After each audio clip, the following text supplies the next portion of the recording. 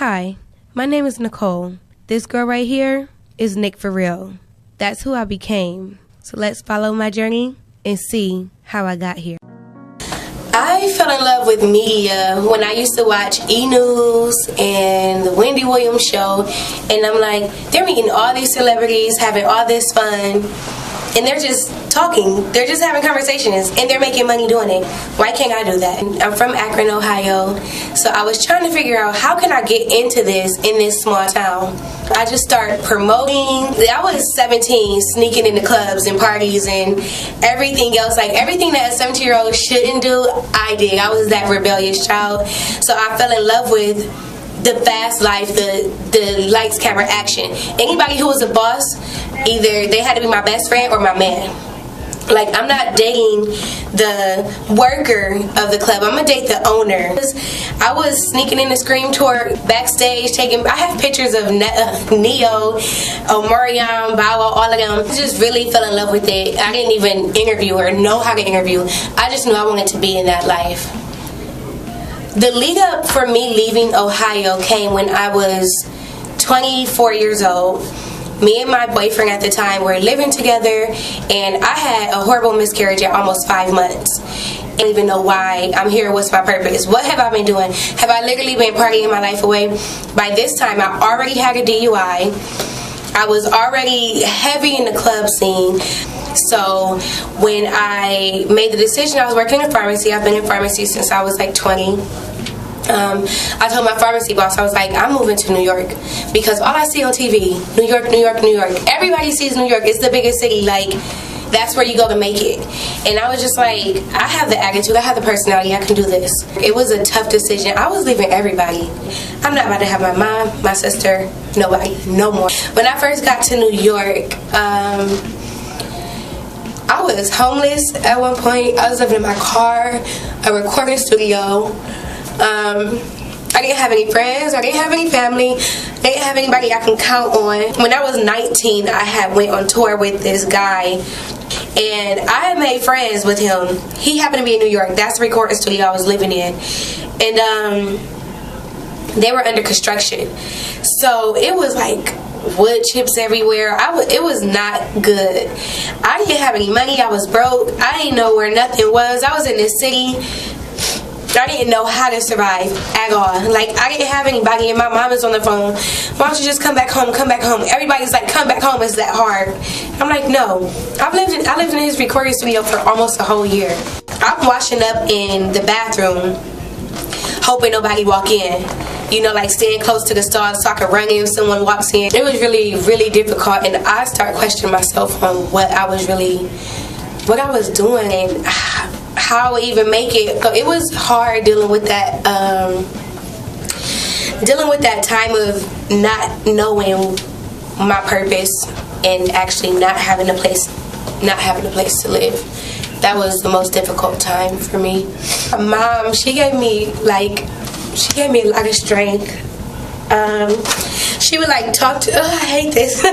She would like talk to me on the phone and say, you got this, you're amazing, you can do this. I just felt like, okay, I cannot let my mom down.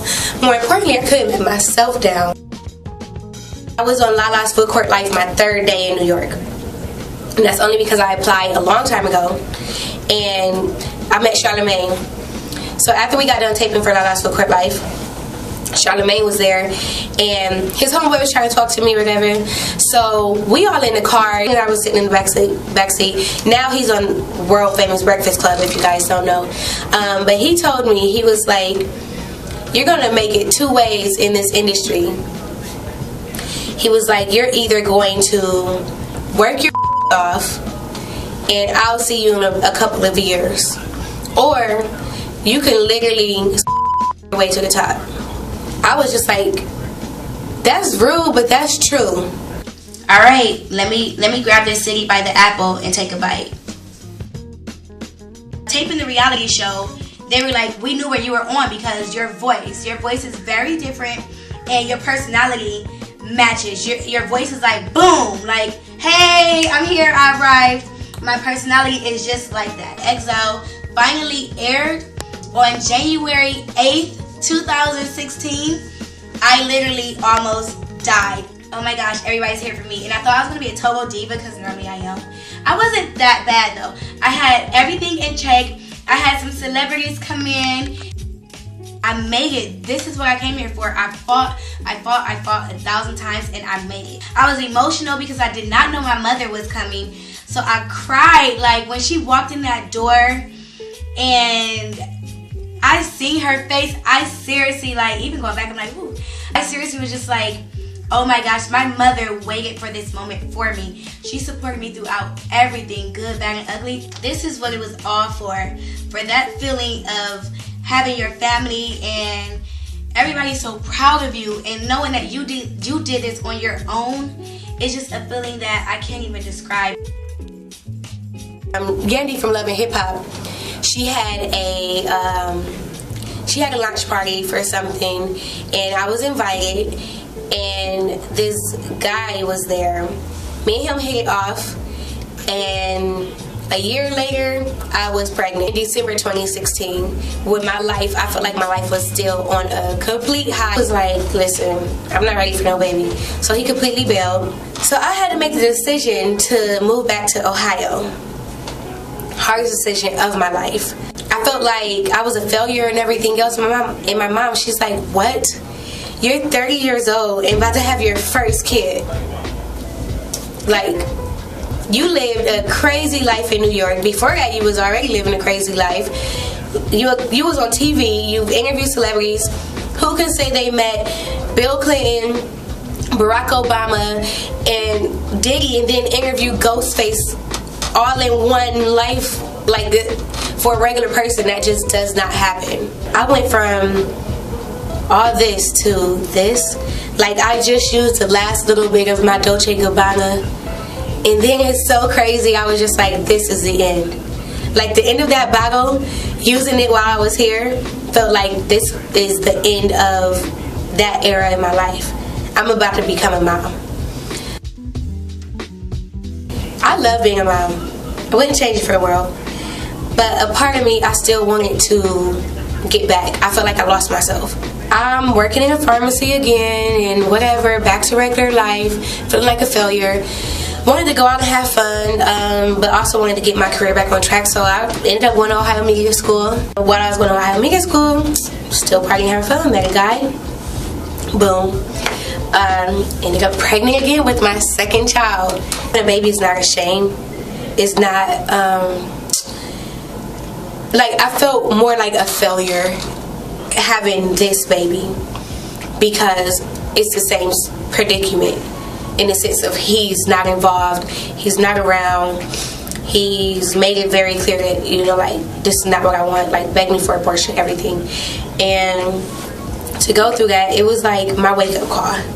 You're about to bring a whole nother kid into this world. You can't give up.